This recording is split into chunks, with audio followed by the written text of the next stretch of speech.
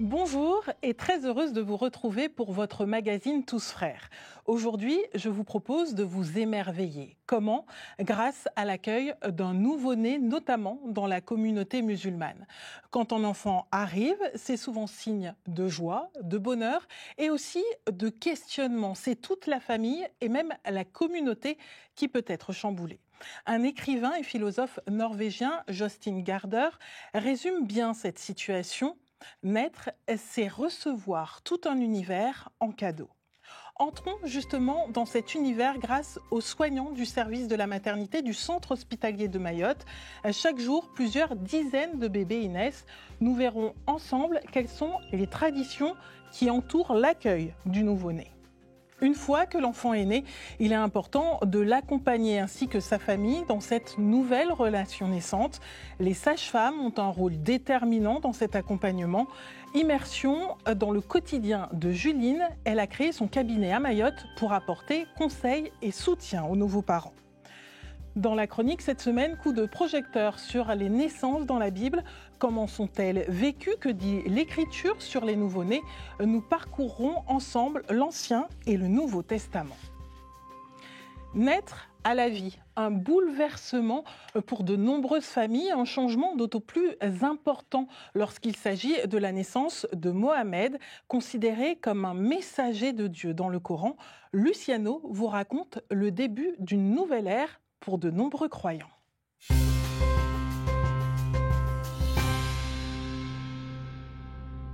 Naître, comme dans l'histoire de la naissance du prophète Muhammad. Ça ne vous dit rien du tout ?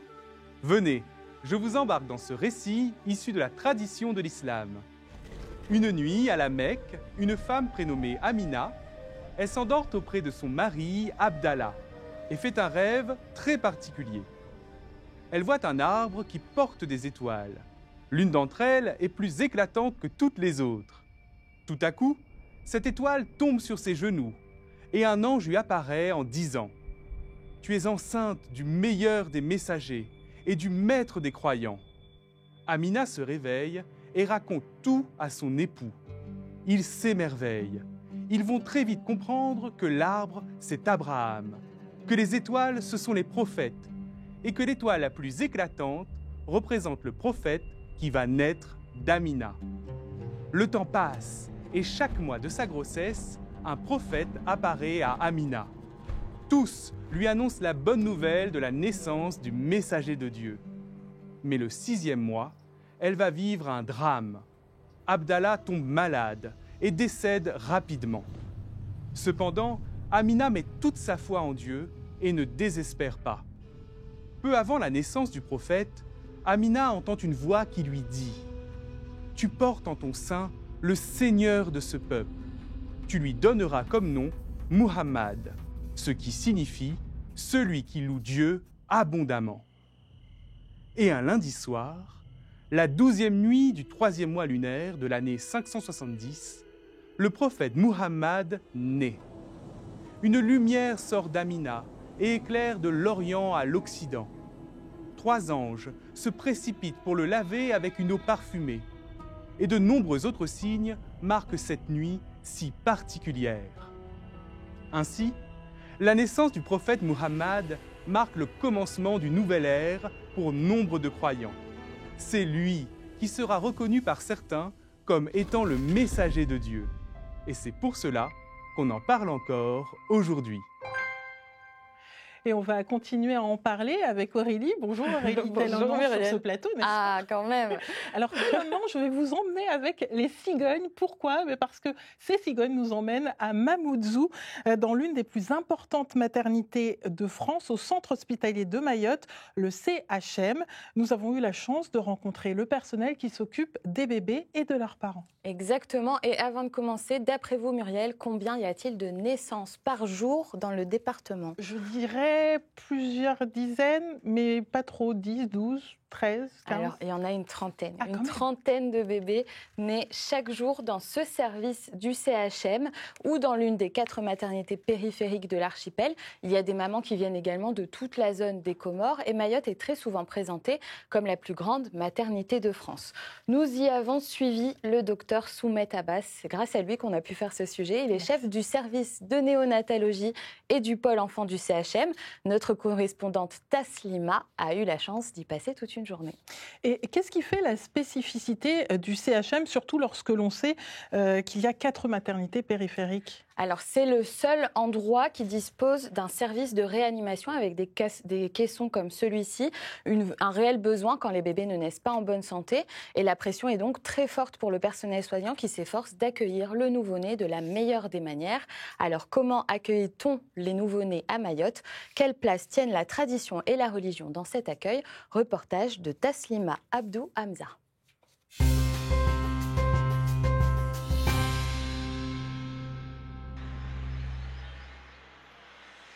أشهد أن محمد رسول الله أشهد أن محمد رسول الله حي على الصلاة. À la maternité de Mamoudzou, un nouveau-né fait l'expérience de son premier contact avec la terre de manière tout à fait singulière. Il est accueilli par l'adhan, une prière murmurée par son père à son oreille droite, suivie de la ikama à son oreille gauche.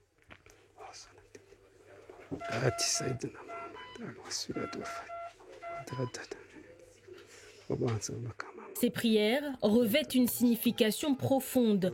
En plus de familiariser l'enfant à la religion, elle formule également des vœux bienveillants pour son avenir et lui offre une protection contre les influences néfastes. Aylam est le dernier né d'une fratrie de 5 enfants. Même si ce n'est pas son premier accouchement, pour Sandati, sa mère, cette prise en charge au sein de la maternité a été un soulagement.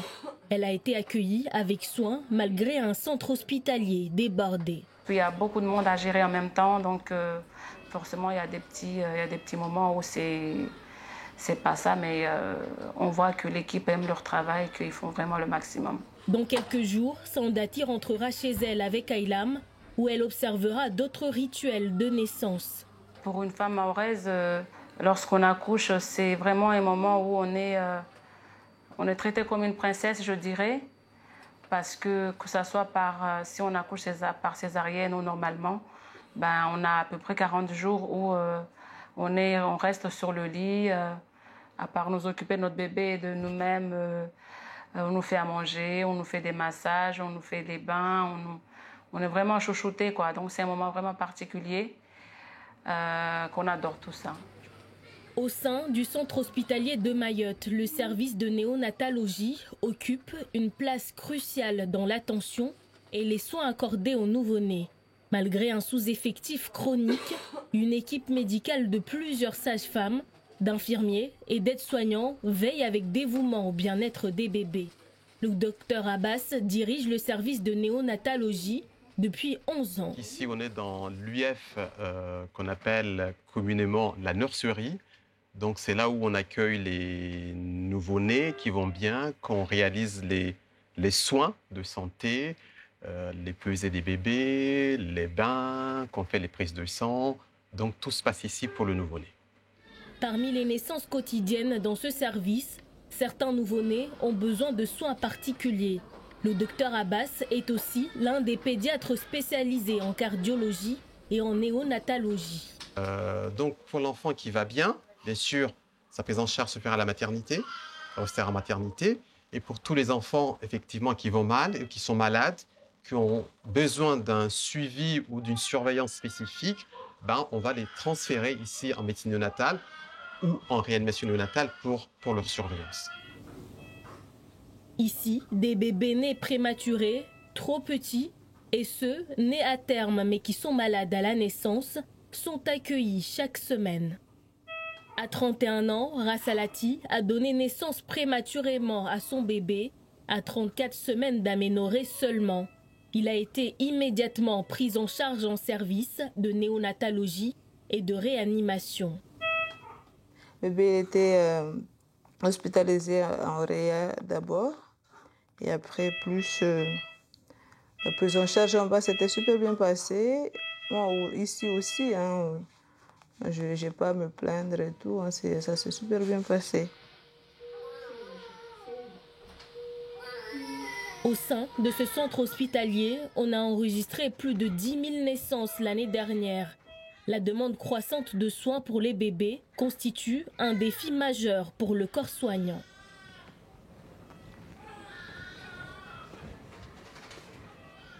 On sent parfois quand on rend l'enfant qui n'était pas du tout bien et qu'on arrive à le soigner correctement avec les parents, on sent beaucoup d'émotions. On est quand même content, malgré que le travail est difficile, parce que, comme vous le savez, on a quand même beaucoup de bébés à Mayotte, et c'est vrai qu'on se bat jour et nuit pour les sauver, pour prendre en charge ces enfants, pour bien sûr le bien des parents, mais aussi pour le futur de la société, parce que les enfants, c'est notre avenir, c'est eux qui viendront demain nous soigner. Et donc, si on ne les soigne pas bien, vous imaginez bien que c'est quand même mettre un peu en péril la société.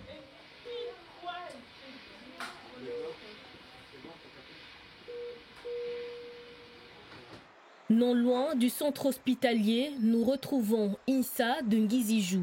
Cet historien des archives départementales de Mayotte a étudié les différents rituels de naissance pratiqués par les familles mahoraises. Des rituels qui sont plutôt d'origine culturelle. 40 jours, on ne sait pas d'où ça vient. Mais toujours est-il que c'est le moment où la mère redevient femme. C'est-à-dire qu'elle n'a plus entre guillemets, les blessures de la maternité. On va faire un petit repas avec un poulet bien cuisiné et la mère, symboliquement, va se doucher à la mère. Naître ici, c'est aussi devoir rechercher la bénédiction de la nature et de ses ancêtres. Même si la pratique se perd, l'enterrement du placenta a longtemps fait partie des coutumes mahoraises. On va symboliquement enterrer le placenta dans le cercle familial pour signifier à l'enfant qu'il est de la famille, mais aussi qu'il est du territoire où il est né. Naître avec la foi, préserver les liens intergénérationnels et célébrer l'avenir de ces nouveau-nés, tous ces rituels reflètent l'identité culturelle et religieuse mahoraise. Et pour parler de cette étape importante de vie, direction Wattrelos, près de Lille, dans les Hauts-de-France, où nous retrouvons notre invité Tayeb Chouiref, écrivain et docteur en islamologie. Vous avez donné également plusieurs conférences en Outre-mer et notamment à La Réunion. Bonjour et merci d'être avec nous. Alors, au début de l'émission, dans l'histoire de Luciano, on a vu que la naissance du prophète est extraordinaire. Que dit le Coran sur les naissances dites ordinaires? Sont-elles aussi considérées comme des miracles? Bonjour. Écoutez, oui, nous avons bien vu dans le récit que nous a fait Luciano que la naissance du prophète Mohammed a été accompagnée par des signes miraculeux, mais en réalité, c'est toute naissance qui peut être dite miraculeuse, car dans le Coran, parmi les noms divins, parmi les noms qui sont donc attribués à Dieu, il y a Al-Muhyi, celui qui donne la vie. Donc toute vie est un don divin, toute vie est une grâce accordée par Dieu, et en cela, elle a quelque chose de miraculeux. Et en quoi est-ce un don à la fois pour l'enfant et pour les parents? Eh bien, en fait, on considère en islam que la vie est le premier de tous les dons, parce que c'est elle qui permet ensuite de pouvoir recevoir d'autres dons, c'est elle aussi qui permet de pouvoir recevoir la foi, de pouvoir faire son expérience sur terre, de découvrir aussi le sens de la vie, découvrir qui est le Seigneur. Et donc c'est la porte d'entrée, on pourrait dire, pour tous les autres dons. Et pour l'enfant, bien sûr, et pour les parents, c'est un don dans la mesure où on considère que éduquer un enfant, c'est aussi soi-même grandir. Faire grandir un enfant, c'est soi-même grandir intérieurement.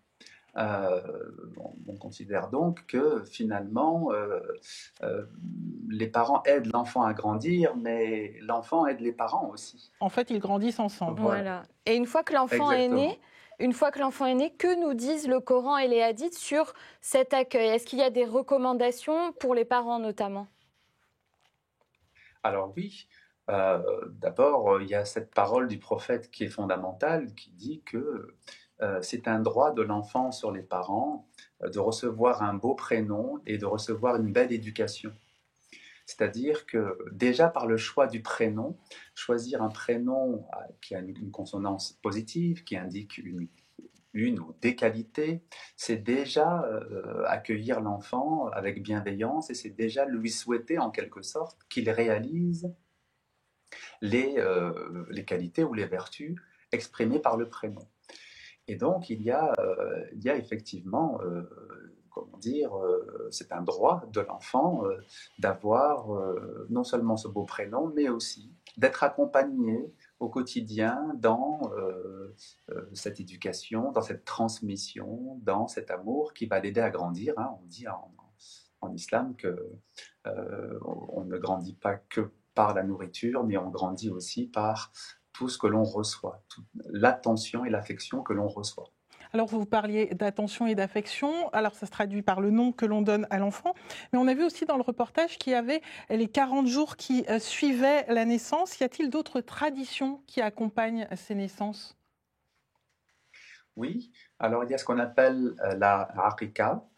Donc, la aqiqa, c'est le fait de sacrifier une bête, donc souvent un mouton, et d'offrir cette nourriture aux pauvres, et puis aussi d'offrir en aumône le poids en or ou en argent des cheveux de cet enfant. Et donc symboliquement, le fait d'aider les pauvres, ceux qui sont en difficulté, ceux qui ne sont pas nourris au quotidien, c'est en quelque sorte une bonne action qui va être mise au compte de cet enfant. Et de même que les parents souhaitent que leur enfant puisse ne manquer de rien, c'est le souhait évidemment de tout parent, il faut porter attention aux autres, à ceux qui manquent et essayer d'intégrer la générosité dans cette naissance. Dans l'accueil du nouveau-né, il y a aussi cette introduction à la foi, on l'a vu tout à l'heure, c'est presque immédiatement après la naissance avec la récitation de l'Adhan. Est-ce que vous pouvez nous expliquer qu'est-ce que ça contient et quel est le sens de cette récitation-là? Oui, alors, cet Adhan, c'est l'appel à la prière qui est lancé par le muezzin du haut d'un minaret, souvent. En fait, il est un appel à Dieu, un rappel vers Dieu.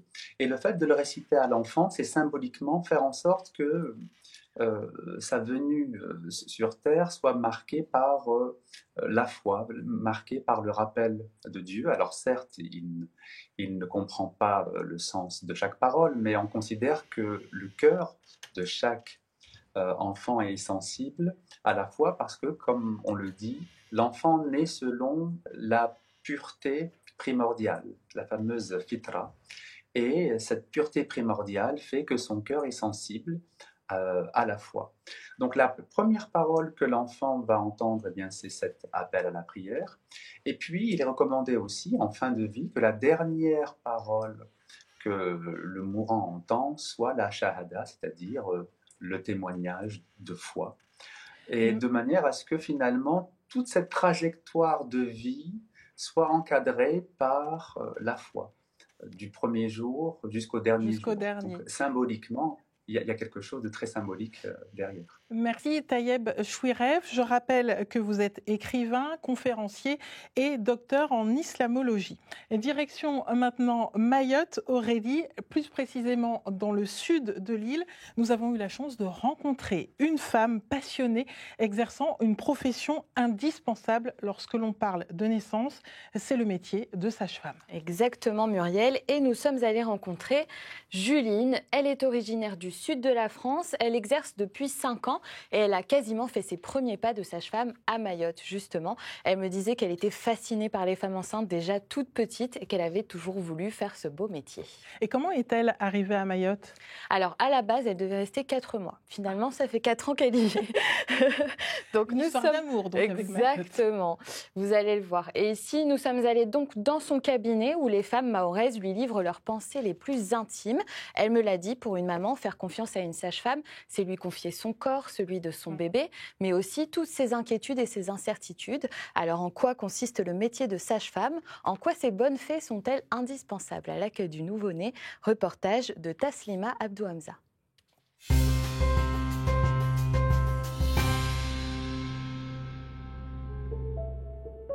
Donc ici, on se trouve devant la PMI de Bouéni, où j'ai commencé en tant que jeune sage-femme.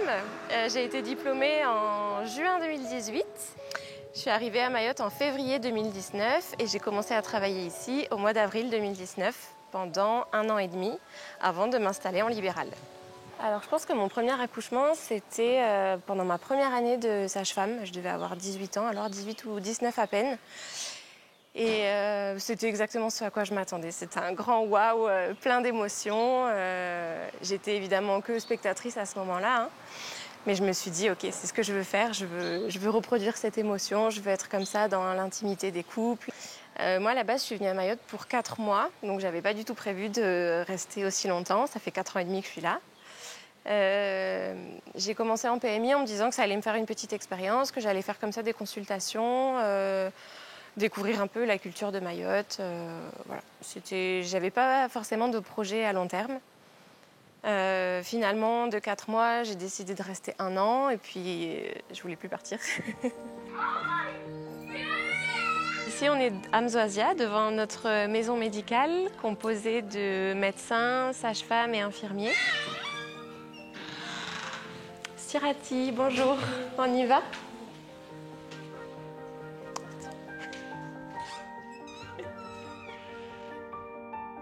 Le 19...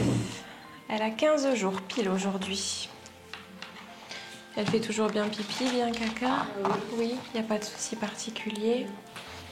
On va se peser, Naïla, comme la dernière fois. Ok? Oui.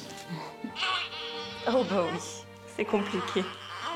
Comme c'était une grossesse que j'attendais pas du tout, on vient à rencontrer Juline.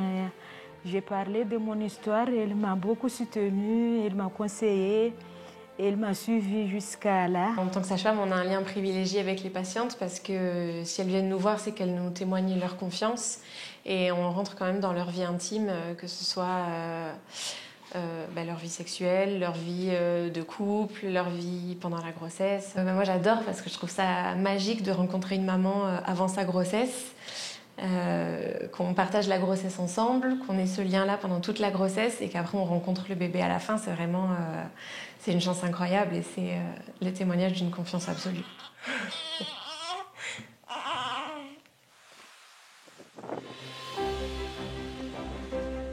Je pense que le fait de devenir moi-même maman, ça va m'apporter pas mal d'expérience parce que pour l'instant j'ai la théorie mais pas beaucoup de pratique. Donc je pense que ça va changer ma façon de voir les choses et de travailler. Et j'ai hâte de mettre tout ça en pratique et ça va à mon avis renforcer le lien que j'ai avec les patientes. Ouais. J'ai hâte d'accoucher, j'ai hâte de rencontrer mon petit bébé, de vivre l'accouchement, de passer du côté de la patiente cette fois-ci. Et dans notre chronique cette semaine, Aurélie, coup de projecteur sur les naissances dans la Bible, dans la religion catholique. Évidemment. Et le nouveau-né dans la foi chrétienne, Muriel, c'est qui ? Jesus Christ. Exactement. Alors la nouveauté chez les chrétiens, c'est cette naissance humaine de Dieu. Celui qui avait été engendré par le Père dans l'éternité, né sur terre de la Vierge Marie. Et ici, regardez, on voit l'épisode de sa présentation au temple. C'est ce que nous fêtons le jour de la Chandeleur. Comme tout premier-né juif, Jésus doit être présenté au temple pour être consacré à Dieu. Siméon, qu'on voit juste ici, va le reconnaître comme le Messie. Et de quelle autre naissance nous parle la Bible ? Alors, on va parler de la scène de la visitation que vous devez connaître, Muriel. Donc ici, on voit Marie qui rend visite à sa cousine Élisabeth. Élisabeth porte elle aussi un enfant alors qu'elle a toute sa vie été stérile et qu'elle était déjà âgée, tout comme son mari Zacharie. Elle donnera naissance à Jean-Baptiste et Marie à Jésus. 2 naissances miraculeuses et il y en a beaucoup d'autres dans la Bible comme celle d'Isaac par exemple, le fils d'Abraham. Mais même si on nous parle de naissance extraordinaire, toute naissance est en fait un miracle comme on l'a vu tout à l'heure. Et que représente la naissance pour les chrétiens aujourd'hui? Alors, dans la Bible, Dieu dit « croissez et multipliez ». Donc, donner naissance pour les chrétiens, c'est une sorte de collaboration avec Dieu. C'est le sens du mot procréation, d'ailleurs. Et Dieu nous donne la vie, mais il le fait par l'intermédiaire des hommes. Mais attention, donner naissance n'est pas la seule manière de croître et de multiplier. Beaucoup de chrétiens peuvent avoir une vie féconde sans avoir d'enfants. Et justement, dans la vie de foi, est-il question de naissance? Oui, tout à fait. Alors, dans l'évangile de Jean, quand Jésus parle à Nicodème, il parle de naître d'eau et d'esprit. Donc, chez les chrétiens, bien au-delà de la naissance biologique, on est dans le baptême. Regardez. Alors, c'est d'ailleurs de cette manière que nous accueillons le nouveau-né. Aujourd'hui, le baptême a souvent lieu dans les premiers mois de la vie, car ce premier sacrement représente la naissance à la vie chrétienne, une nouvelle existence à laquelle le croyant accède par la foi. Le baptême anticipe la mort, c'est-à-dire l'entrée dans une nouvelle vie, la vie éternelle. En résumé, une naissance, qu'elle soit ordinaire ou extraordinaire, est d'abord un miracle accordé par Dieu. Naître, c'est aussi trouver une nouvelle existence par la foi, une naissance qui a lieu tous les jours, et le jour du baptême en particulier, que nous devons faire grandir tout au long de notre vie. Merci Aurélie. Et si vous souhaitez en savoir plus, je vous propose une enquête complète publiée par l'Agence régionale de santé de la Réunion et ainsi que Santé publique France.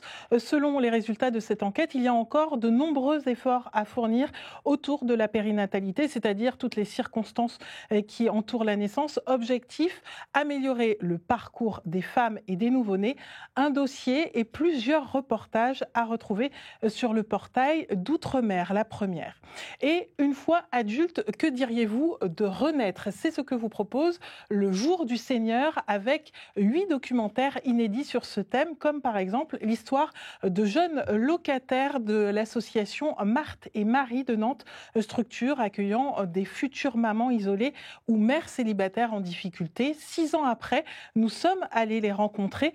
Que sont-elles devenues? Éléments de réponse à retrouver sur Internet. Et sur Internet, vous allez également retrouver cette étude réalisée par 4 scientifiques, la place de la coutume à Mayotte, 4 scientifiques de l'Institut des études et de la recherche sur le droit et la justice se sont donc penchés sur ce sujet, un rapport passionnant sur les traditions à la fois autour de la naissance et du quotidien des Mahorais. Et chez vous, justement, quelles sont les traditions pour accueillir le nouveau-né? Racontez-nous sur nos réseaux sociaux et sur notre site internet tousfrères.tv. Muriel, alors, la naissance du nouveau-né, qu'est-ce que ça vous inspire? Alors, on va dire que j'ai un petit peu d'expérience. Et c'est vrai que ça a été compliqué. J'en parlais avec des mamans. C'est vrai que ce n'est pas évident de gérer les émotions, la descente d'hormones, les pleurs des bébés, le manque de sommeil surtout, c'est terrible. L'important, c'est vraiment d'en parler et de ne pas rester seul, de rester entouré. Il y a des professionnels et aussi des associations sur nos nombreux territoires qui peuvent nous aider à passer cette étape parfois difficile. Alors moi, ce que ça m'inspire, c'est une chanson que j'avais apprise au collège Juliette Dodu. Ouais, j'étais au collège. Non, je ne vais pas chanter. C'est une chanson de Maxime Le Forestier. Je chante très bien. On ne sait jamais, histoire que la météo soit bonne la semaine prochaine. Alors la chanson s'appelle « Né quelque part ». Voilà. Moi, ce que ça m'inspire, c'est que voilà, où qu'on naisse finalement, nous devons tous découvrir la vie en gardant en tête qu'il y a de nombreuses petites lumières pour nous éclairer sur notre chemin. Justement, vous parlez de lumière et parmi ces petites lumières, 2 sont très importantes, ce sont les parents. J'en ai rencontré quelques-uns et je suis sûre que vous aussi. Et j'ai retenu ce conseil précieux. Un enfant a besoin d'un parent heureux et pas d'un parent parfait, en espérant que cela vous inspire. À la semaine prochaine, à bientôt.